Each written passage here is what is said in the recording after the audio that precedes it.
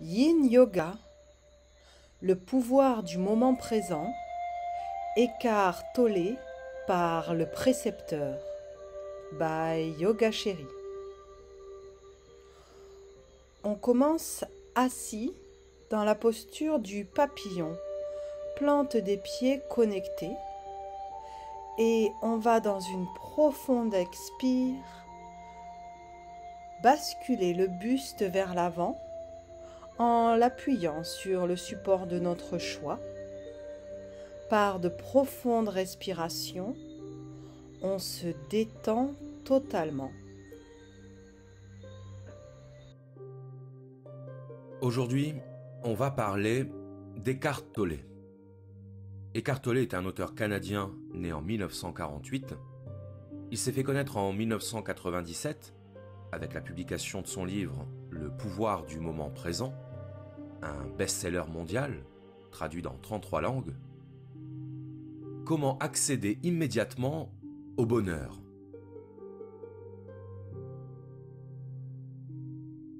Au-delà de l'aspect recette du bonheur, on trouve dans le pouvoir du moment présent une véritable proposition philosophique,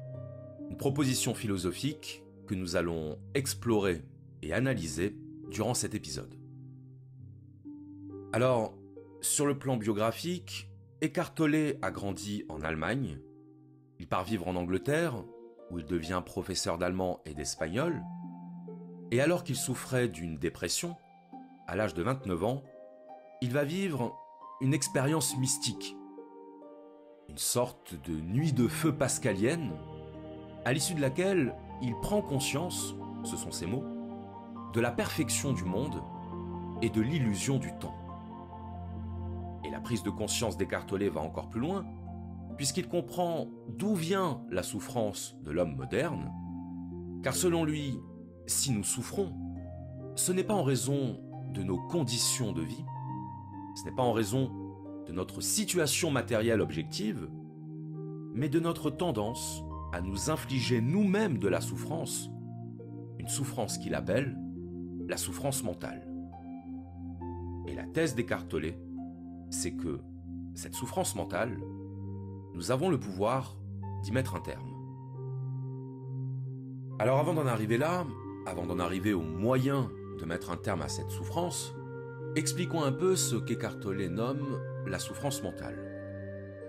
La souffrance mentale, c'est notre tendance, on pourrait même dire notre besoin, de penser à des choses qui nous font sortir du moment présent. C'est le fait d'être en train de faire quelque chose et de penser à des choses qui n'ont aucun rapport, c'est-à-dire à des choses qui n'ont pas d'utilité ni de pertinence dans la situation présente. Donc on va prendre quelques exemples pour rendre tout ça un peu concret.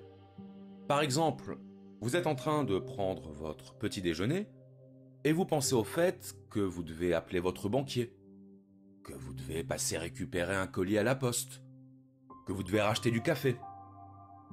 Vous êtes en train de conduire et vous pensez au travail. Vous pensez à la discussion que vous devez avoir avec votre patron, à sa réaction quand vous allez lui demander une semaine de congé.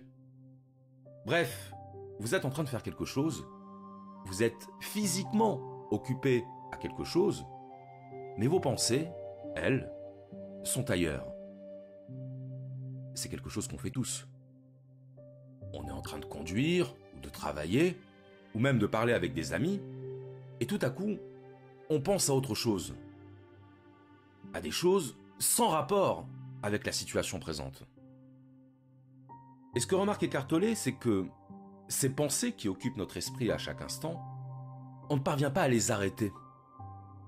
On ne parvient pas à maîtriser le flux de nos pensées. Elles s'introduisent dans notre esprit, pour ainsi dire, sans y avoir été invitées.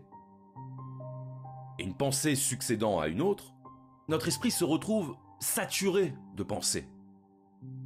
Notre esprit devient un vacarme incessant de pensées. Autrement dit, le problème n'est pas tant que notre esprit soit occupé par des pensées. Le problème est que ces pensées prennent un caractère compulsif.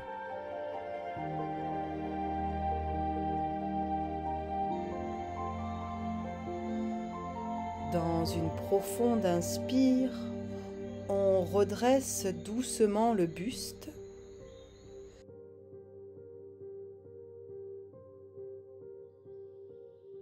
Puis, on va allonger une jambe pour se retrouver en demi-pince. À l'inspire, on étire les bras vers le ciel et à l'expire, on allonge le buste sur la jambe tendue en partant bien du bassin, puis on relâche totalement le dos et la tête sur la jambe. Un caractère compulsif, c'est-à-dire un caractère non maîtrisable. On ne maîtrise pas le flux des pensées qui nous traversent. Et ça, c'est problématique. C'est problématique parce que ne pas pouvoir cesser de penser, être sous l'emprise de la pensée, c'est ne plus être libre. Épictète disait qu'être sous l'emprise de ses émotions, c'était en être l'esclave. Et bien de la même façon, Eckhart Tolle considère qu'être sous l'emprise de ses pensées, c'est être l'esclave de son mental.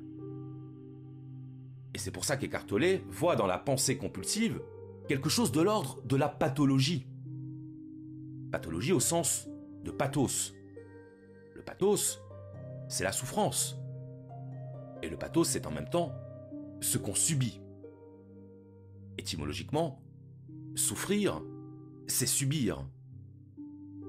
La pensée compulsive est une souffrance parce qu'elle fait de notre esprit un territoire occupé. Un territoire dont nous avons perdu le contrôle. Et si la pensée compulsive est une souffrance, c'est aussi parce qu'elle est une dispersion de notre énergie attentionnelle. Et donc, une dispersion de notre énergie tout court. Ça épuise de penser tout le temps. Ça consomme. Donc c'est ça pour Eckhart Tolle, le mal moderne, cette pensée compulsive qui ne nous laisse jamais en repos. Et le fait est que nous sommes une grande majorité à avoir fait la pensée compulsive notre état ordinaire, notre état permanent. Ne pensez à rien, beaucoup de personnes vous diront même que c'est impossible. Cérébralement impossible. Qu'on a toujours quelque chose en tête. Eh bien, on va voir que si, il est possible de faire taire le bruit mental à l'intérieur de nous, ce que dit Eckhart Tolle, ce n'est pas qu'il ne faut pas penser. Il ne nous dit pas que la pensée est un problème. Ce qu'il nous dit, c'est que le besoin de penser est un problème. C'est que l'addiction à la pensée est un problème. À moins d'aimer vivre dans une prison mentale. Eckhart Tolle nous dit, la pensée est un outil. Or, un outil se définit par son utilité. Outil, utile, c'est le même mot. Or, dans quoi réside l'utilité de la pensée? Elle réside dans la compréhension. On pense pour comprendre. Pour comprendre, pour connaître, pour prendre une décision, bref, on pense pour résoudre. Pour qu'il y ait pensée, il faut qu'il y ait quelque chose à résoudre. Or, la pensée compulsive n'est pas motivée par la résolution. Elle est même motivée par l'absence de résolution. Elle est motivée par sa propre conservation. Elle est motivée par sa perpétuation comme pensée. Et ça, c'est la raison pour laquelle le mental aime créer des problèmes. Parce qu'il s'en nourrit. Parce qu'il a besoin d'être occupé par des problèmes. Remarquez que quand je dis occupé, c'est dans les deux sens du terme. Occupé au sens d'avoir pris possession, mais aussi occupé au sens de divertir.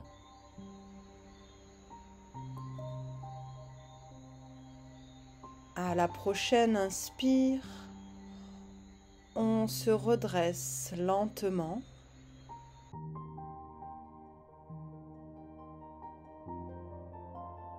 Puis l'on va inverser la posture des jambes. On replie la jambe tendue et on étend la jambe pliée. À la prochaine inspire, on étire les bras hauts vers le ciel. Et à l'expire, on allonge le buste sur la jambe en partant bien du bassin avant de laisser notre dos et notre tête reposer totalement sur la jambe. La pensée compulsive n'a pas pour but de nous aider à résoudre des problèmes. La pensée compulsive a pour seul et unique but de combler notre besoin de ressasser et de nous triturer l'esprit. On aime penser à des choses inutiles. On aime remuer notre marmite mentale. On aime tellement ça que lorsqu'on nous donne la solution au problème, on reste focalisé sur le problème. On tient à notre problème. On existe à travers lui. En se plaignant d'un problème, on se crée une occasion de remplir le vide mental. Parce que ce vide nous effraie. On se plaint pour être plein. Et si une solution au problème est apportée, il faudra relancer le problème. Le fameux « oui, mais ». Oui, mais, ça veut dire « merci pour la solution, mais je ne cherche pas de solution. Je cherche seulement à faire exister mon problème. » Ça peut sembler une façon un peu expéditive de formuler les choses, mais on fait tous l'expérience de cette pensée compulsive dans laquelle on se complaît et à laquelle on veut absolument donner une justification. On dira que la pensée a toujours une utilité. Et effectivement, la pensée a toujours une utilité. Ne serait-ce que pour le plaisir de la gymnastique intellectuelle. Mais il n'empêche que si vous n'êtes pas en capacité d'interrompre vos pensées, eh bien, c'est que votre mental n'est plus votre instrument, mais que vous êtes devenu l'instrument de votre mental. Vous n'êtes plus sujet de la pensée, vous êtes devenu l'objet de la pensée. Vous êtes devenu esclave du mental. Je cite. L'incapacité à s'arrêter de penser est une épouvantable affliction. Nous ne nous en rendons pas compte parce que presque tout le monde en est atteint. Nous en venons à la considérer comme normale. Cet incessant bruit mental vous empêche de trouver ce royaume de calme intérieur qui est indissociable de l'être. L'identification au mental crée chez vous un écran opaque de concepts, d'étiquettes, d'images, de mots, de jugements et de définitions qui empêchent toute vraie relation. Cet écran s'interpose entre vous et vous-même, entre vous et votre prochain, entre vous et la nature, entre vous et le divin. C'est cet écran de pensée qui amène cette illusion de division, l'illusion qu'il y a vous et un autre, totalement séparé de vous. Le mental est un magnifique outil si l'on s'en sert à bon escient. Dans le cas contraire, il devient très destructeur. Plus précisément, ce n'est pas tant que vous utilisez mal votre mental, c'est plutôt qu'en général, vous ne vous en servez pas du tout, car c'est lui qui se sert de vous. Et c'est cela la maladie, puisque vous croyez être votre mental.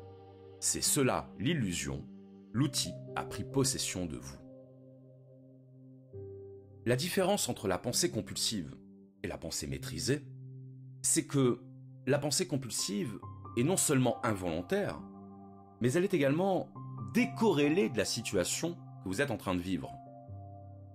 La pensée compulsive, c'est une bulle spéculative. Une bulle sans contact avec la réalité présente.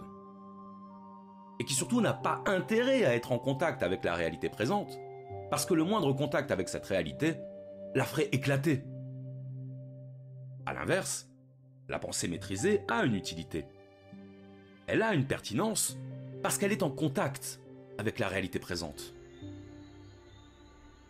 À la prochaine inspire, on se redresse en douceur et on allonge les jambes.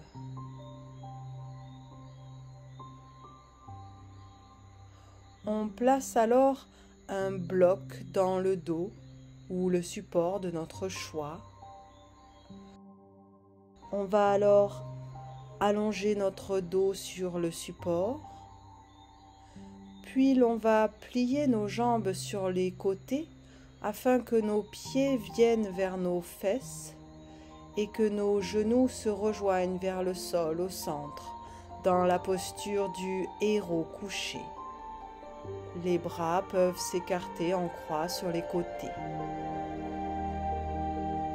Quand vous réfléchissez à l'endroit où vous avez posé vos clés parce que vous en avez besoin pour fermer la porte derrière vous, c'est utile. Votre pensée est corrélée à la réalité. En revanche, pensez au moment que vous avez passé avec telle personne qui n'est plus là, ou pensez au fait que vous avez un examen à passer dans une semaine, ou qu'un jour vous allez mourir, ce n'est pas utile. Ce n'est pas utile tout simplement parce que votre pensée n'apporte aucun élément dont vous ne disposiez pas déjà avant d'y penser.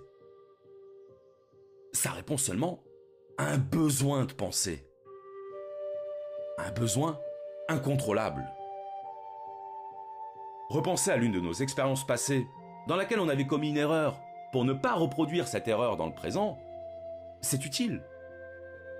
Mais repenser sempiternellement à cette erreur, se rejouer ad nauseam le film de nos erreurs, ce n'est plus de la pensée.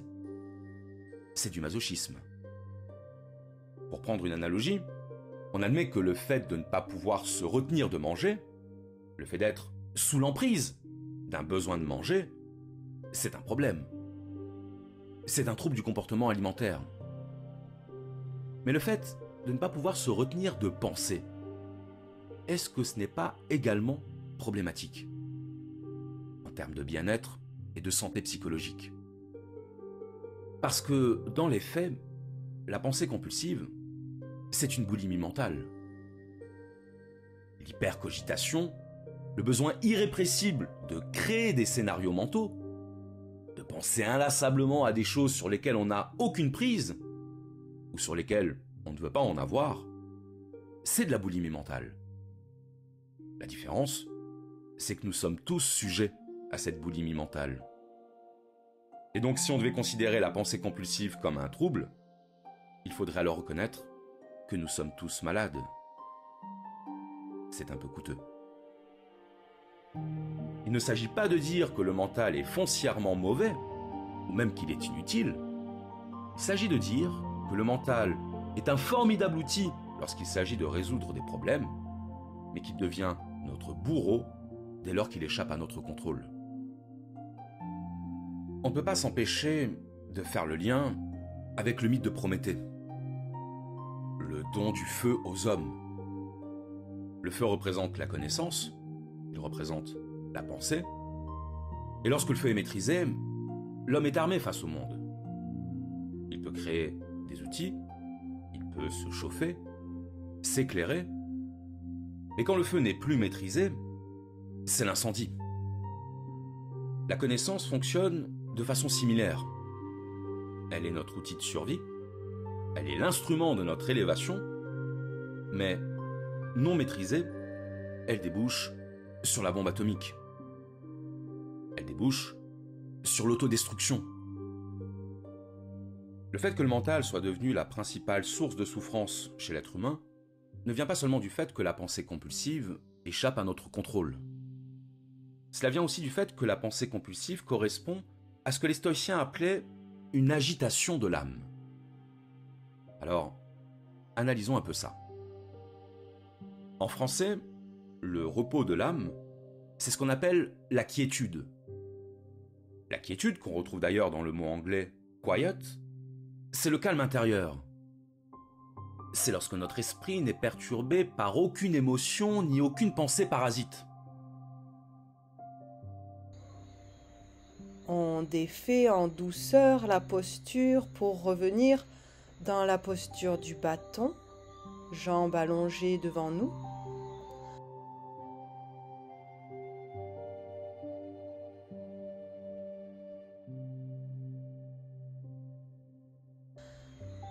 À l'inspire, on étire les bras vers le ciel, on étire tout le buste.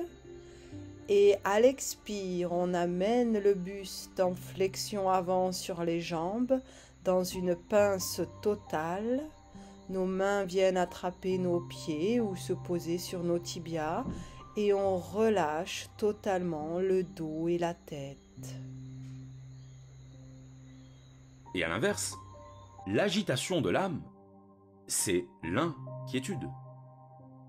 L'inquiétude étant la préoccupation mentale, ce que Heidegger appelait le souci. Et pourquoi ce lien entre pensée compulsive et inquiétude est-il révélateur? Parce qu'il met en relief le fait que le mental se nourrit de scénarios pessimistes. Et que plus on est soumis à la logique du mental, autrement dit, plus on est sous l'emprise de la pensée compulsive, plus on hébergera en nous de l'inquiétude. Quand votre conjoint est en retard et qu'il ne répond pas à vos messages, vous allez avoir une tendance naturelle à vous inquiéter. À vous inquiéter, c'est-à-dire à imaginer le pire, à imaginer des scénarios pessimistes. Il a peut-être eu un accident. Ou alors, il est avec une autre femme. Ou alors, il a rencontré une femme lors d'un accident et il est parti avec elle. On pense rarement à des choses joyeuses quand on est inquiet. C'est un peu le principe de l'inquiétude.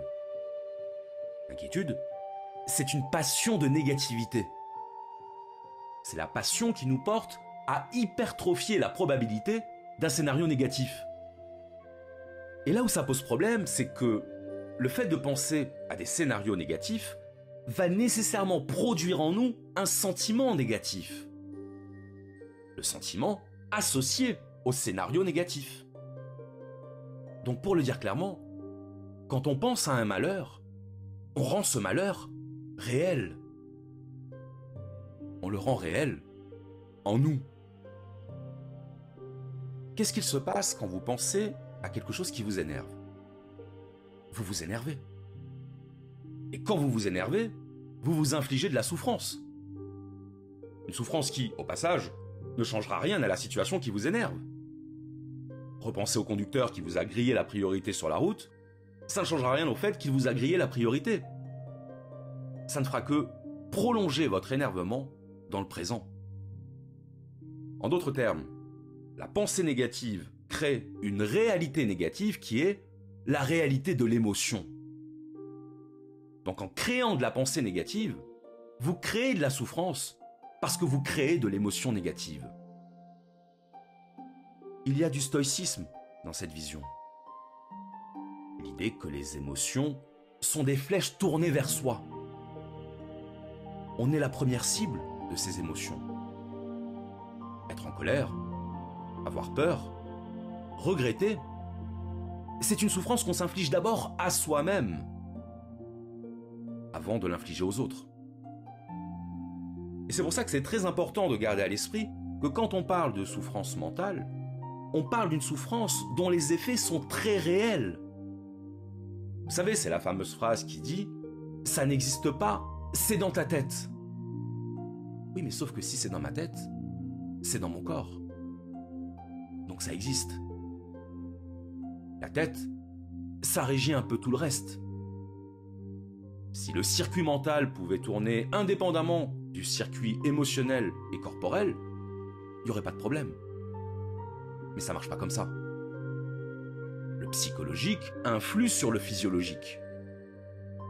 Le stress, l'anxiété, la dépression, ce n'est pas juste dans la tête. Avoir la boule au ventre, ça veut bien dire ce que ça veut dire. À la prochaine inspire, on déroule en douceur le dos pour revenir dans la posture du bâton. Puis on va s'allonger sur le dos, genoux pliés sur le buste. Nos mains attrapent nos genoux. Notre nuque est bien étirée, menton rentré. On s'installe dans cette posture. Donc la deuxième raison pour laquelle la pensée compulsive crée de la souffrance mentale, outre son caractère incontrôlable, c'est son caractère anxiogène. c'est le fait qu'elle projette constamment sur la réalité une ombre de mélodrame et de négativité. La pensée compulsive, c'est ce qui fait de nous des éternels inquiets. Maintenant, pour comprendre comment il est possible de sortir de la pensée compulsive, de mettre fin à l'incessant bruit mental, il y a une dernière chose dont il faut tenir compte. C'est le fait que nos projections mentales se font quasiment toujours dans deux directions temporelles. Le passé et le futur. On repense au passé qui n'est plus, ou on imagine le futur qui n'est pas encore.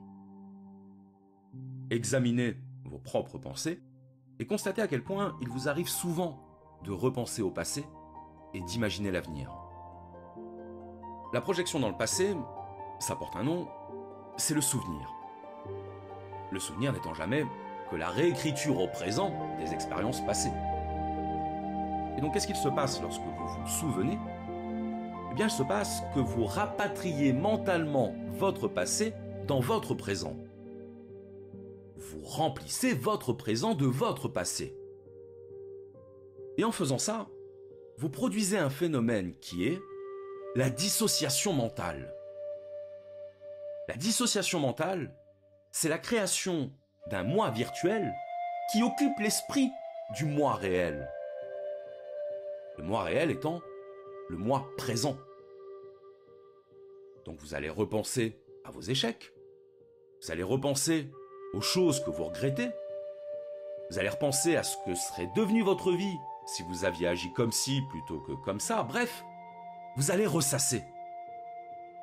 Et ressasser, ça veut dire importer dans le présent l'émotion et l'énergie du passé. Vous rendez présente l'émotion issue de vos regrets, de vos peurs ou de vos échecs. C'est ça, le souvenir. C'est la scission de votre moi en deux mois, un mois présent et un mois passé, et qui fait que le mois présent est présent physiquement, mais pas mentalement, tandis que le mois passé est passé physiquement, mais présent mentalement. Donc votre moi est dissocié. Même chose pour le futur. La projection dans le futur, c'est le fait d'être déjà installé mentalement dans une situation qui n'est pas encore physiquement présente. La projection dans le futur, c'est par exemple la déprime du dimanche soir. La déprime issue de la conscience que vous allez bientôt devoir reprendre le travail. Autrement dit, issue de la projection d'une situation désagréable à venir.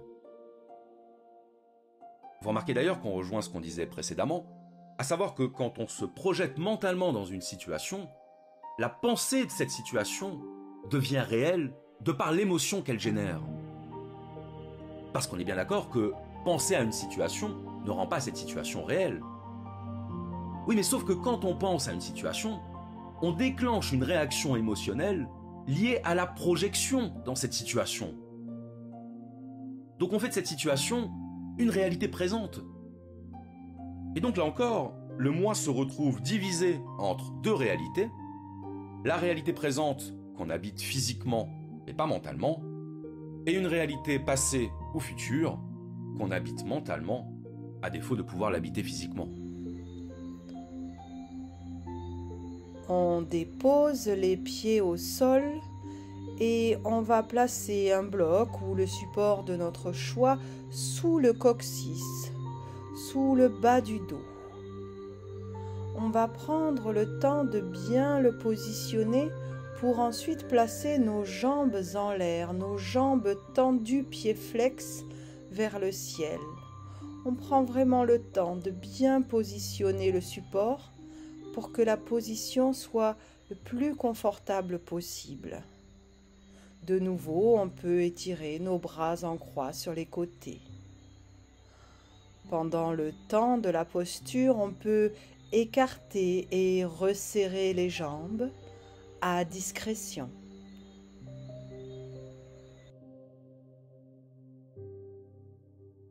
Dans les deux cas, projection dans le passé ou projection dans le futur, on est divisé. Dans les deux cas, on sort de soi. C'est ça, être dissocié. C'est vivre dans ses pensées. Et vivre dans ses pensées, c'est vivre en dehors de soi. Car c'est passer à côté de tout ce que le présent nous présente. Un mot quand même pour dire qu'Eckhart Tolle n'oublie pas de prendre en compte le fait que la pensée issue de la peur peut parfois être très utile. La peur, c'est un message d'alerte qui nous avertit d'une menace.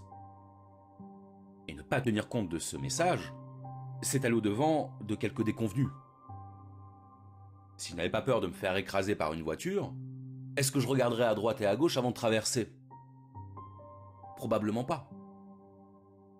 C'est bien l'anticipation d'un danger futur qui me pousse à être prudent. Oui, mais sauf que là, on est dans le cas de ce dont on parlait tout à l'heure, à savoir une pensée utile. On est dans le cas d'une pensée pertinente par rapport à la situation présente.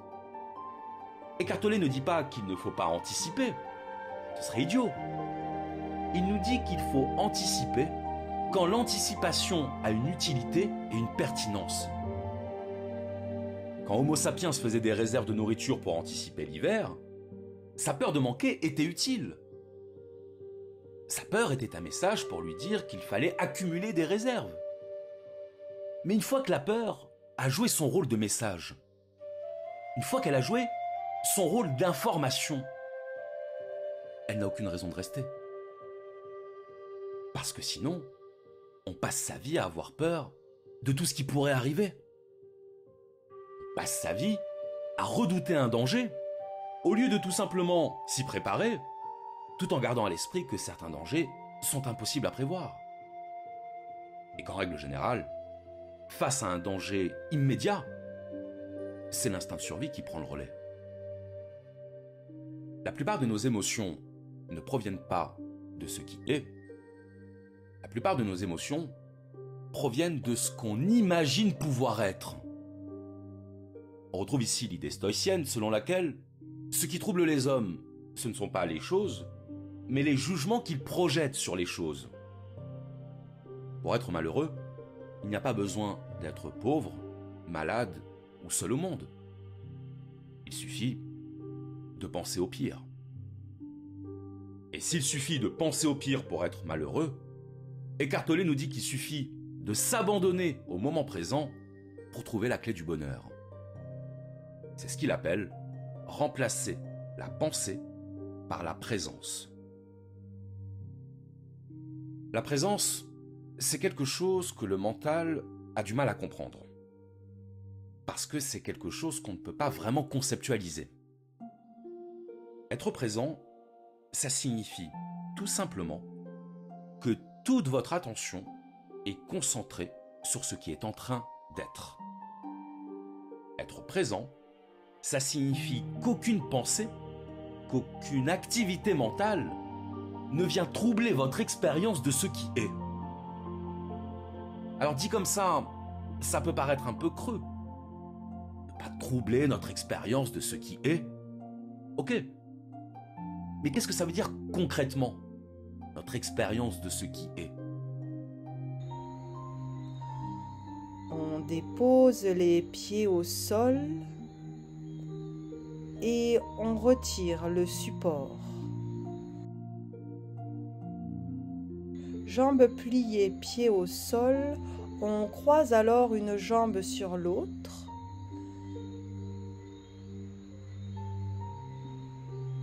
Et à la prochaine expire, on amène les épaules vers les pieds pour placer le buste en arc de cercle. On attrape le pied en l'air et on tourne la tête du côté opposé, dans la posture du chat mêlé.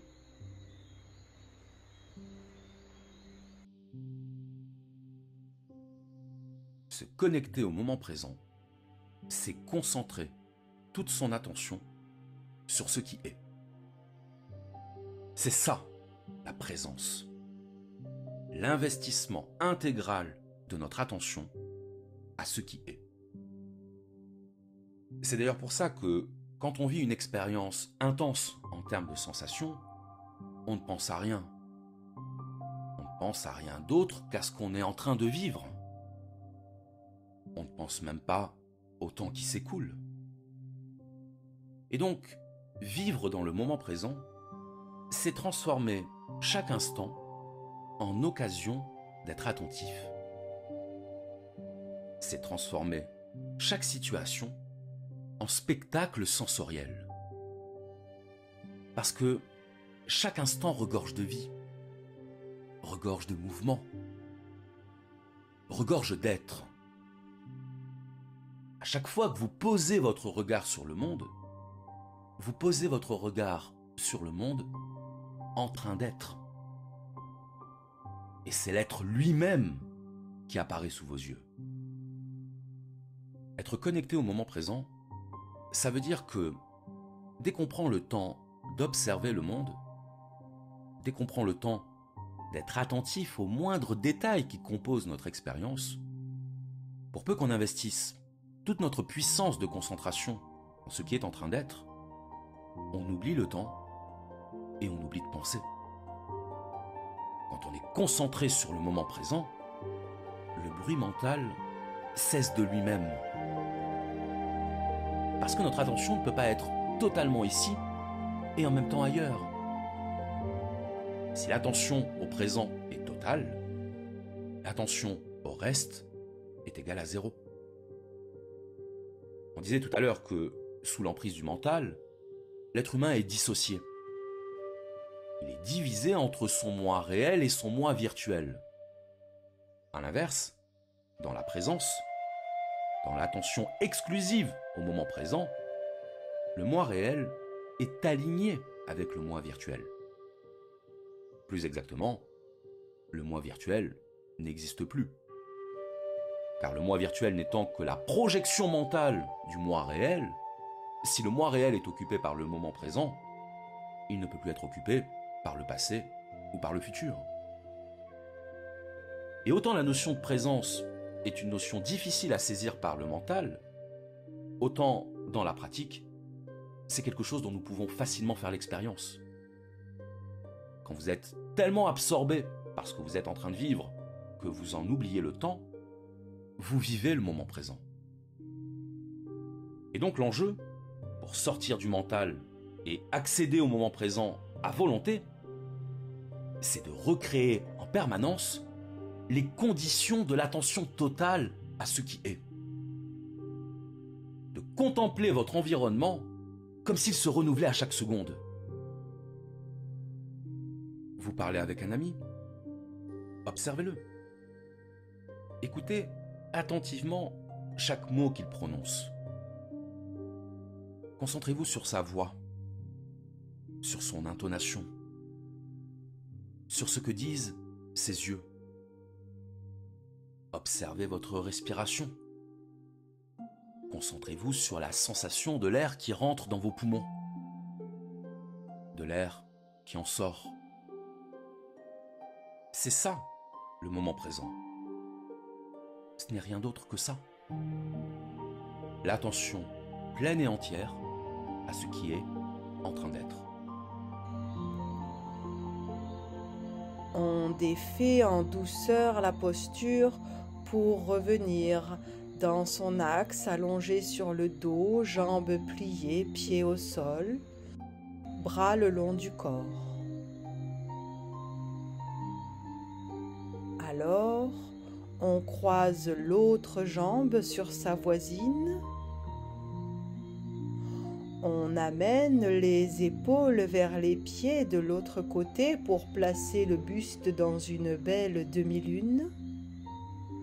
On attrape le pied en l'air avec la main et on tourne la tête du côté opposé, comme un chat mêlé.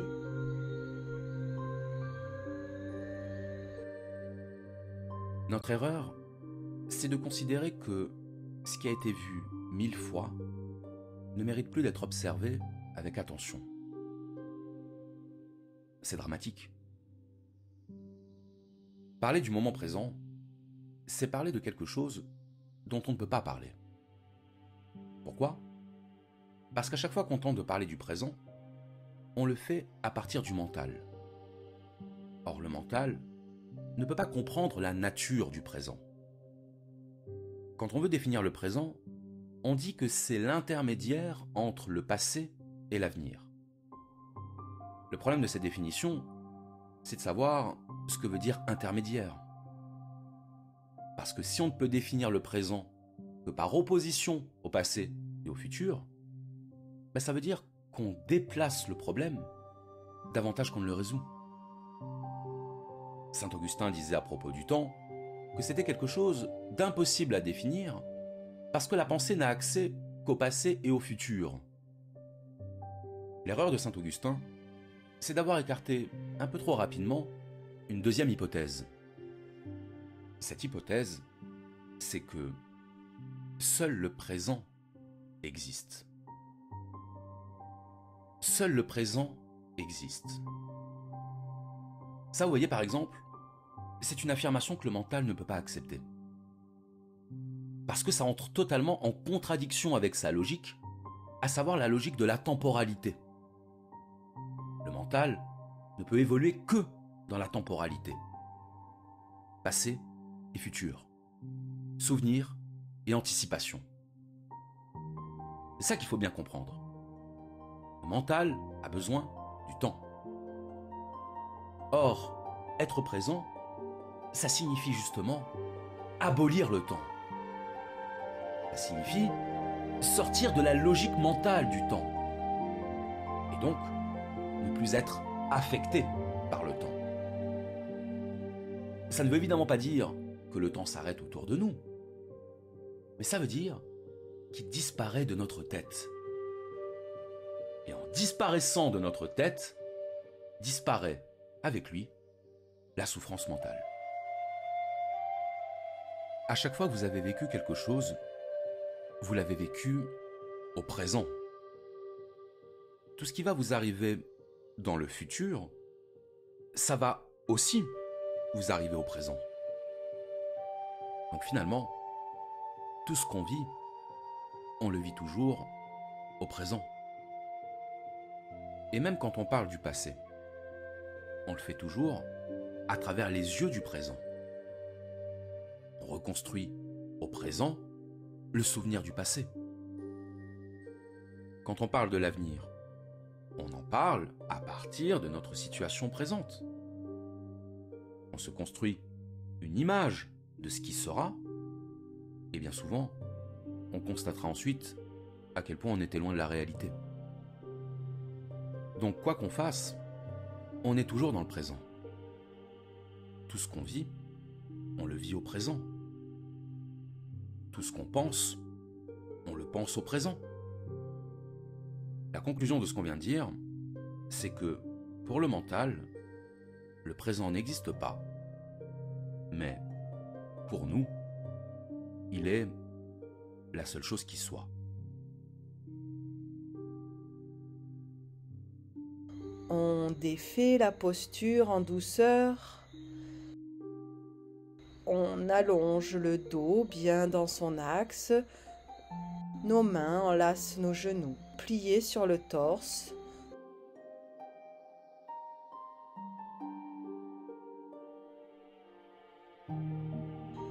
Alors, dans une profonde inspire, on va laisser partir les jambes derrière la tête pour venir dans la posture de la charrue. On peut, dans un premier temps, poser nos genoux sur notre front et laisser la posture se détendre petit à petit pour enfin déposer les pieds derrière la tête. Nos bras peuvent s'allonger sur le tapis devant nous. Le mental adore créer des problèmes. Il va faire un tour dans le passé et il ramène des problèmes. Un projet jamais terminé, une dispute jamais réglée. Il va faire un tour dans le futur et il ramène des problèmes. Le crédit de la maison, le vieillissement, la mort. Le passé et le futur sont des trésors à problème. Parce que par définition, les deux sont inaccessibles. Les deux sont hors de portée. Et ça arrange parfaitement les affaires du mental. Parce que ça le nourrit. On l'a dit, le mental disparaît dans l'attention au moment présent. Pourquoi ? Parce que aucun problème n'existe au présent. Ce qui existe au présent, ce sont des situations. Or, le problème, c'est la projection d'une situation. Donc, ce qui fait que le problème est un problème, ce n'est pas la situation. C'est le statut de problème qu'on lui accole mentalement. Le problème, c'est l'extrapolation d'une situation sous forme de projection pessimiste qui n'apporte rien à la résolution du problème. Une situation risquée va requérir de la prudence. On est d'accord. Une situation de danger immédiat va requérir une réaction. On est toujours d'accord. Mais ces situations ne vont pas requérir de la pensée.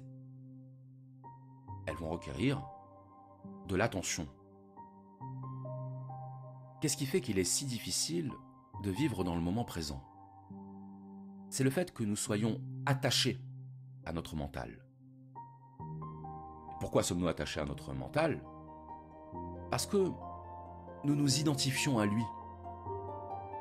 Depuis que nous sommes enfants, nous apprenons à nous définir. On commence par apprendre à dire son prénom, puis à l'écrire. À l'école, on fait des rédactions pour se décrire, pour parler de ce qu'on aime et de ce qu'on n'aime pas. On sort de l'école, on trouve un métier, et ce métier devient alors ce qui nous définit socialement. On vit des expériences amoureuses, sentimentales, amicales. Ces expériences nous forgent, elles nous sculptent. Et plus les années passent, plus les pages de notre vie augmentent. Plus notre CV personnel prend de l'ampleur. Et c'est ça qu'on estime être notre identité. Notre vision de l'identité, c'est celle d'un historique. C'est celle d'une salle d'archives. Que seriez-vous sans vos dossiers ? Que seriez-vous sans ces dossiers qui témoignent de votre passé ? Dis-moi ce que tu as vécu, je te dirai qui tu es.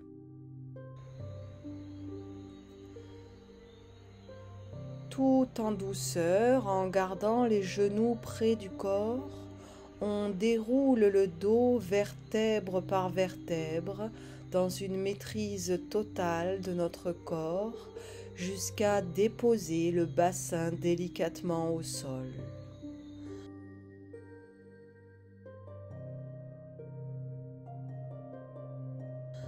Alors, on allonge nos jambes, on écarte un peu les jambes et les bras du corps et on vient s'installer dans la posture finale de Shavasana, dans une détente totale des pieds à la tête.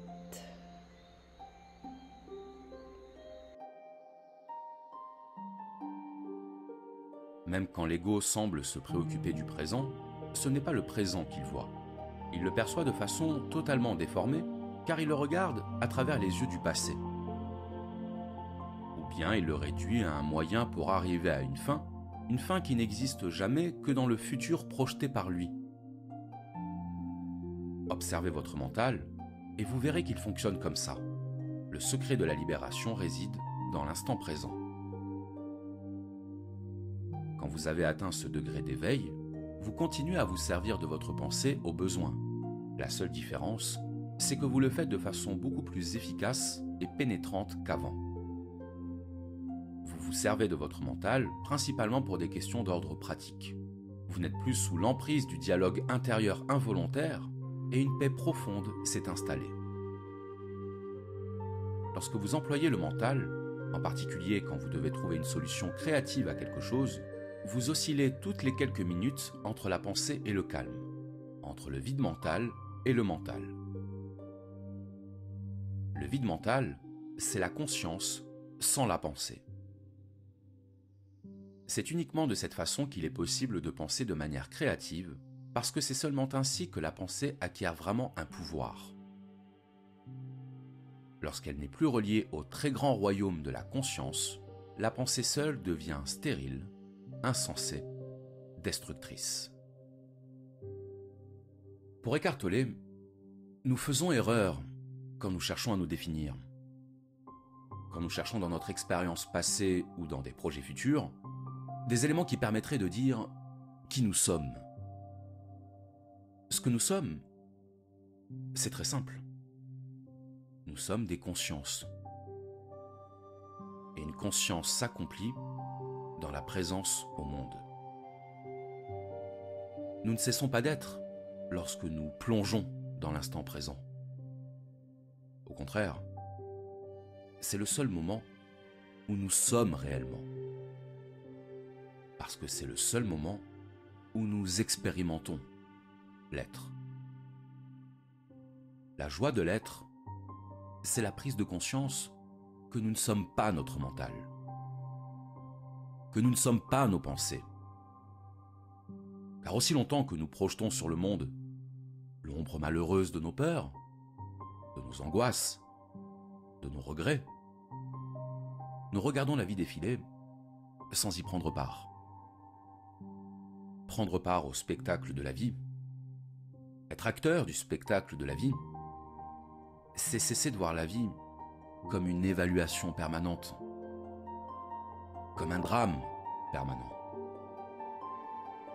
C'est cesser de voir la vie comme un chemin de croix semé de problèmes à résoudre.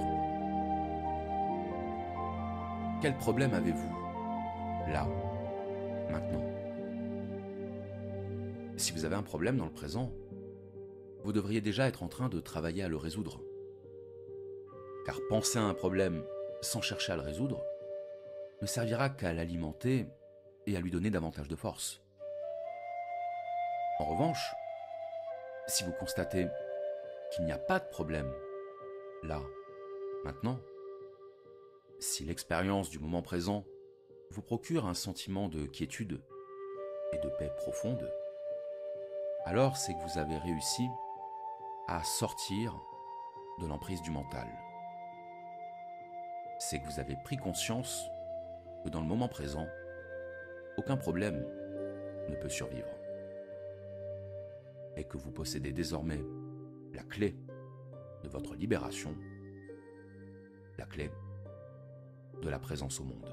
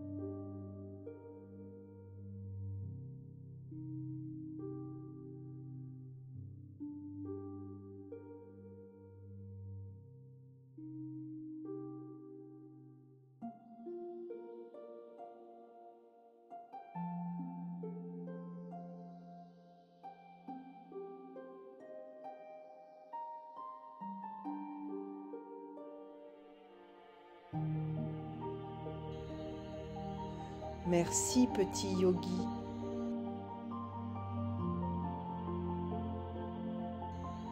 Merci yoga chéri.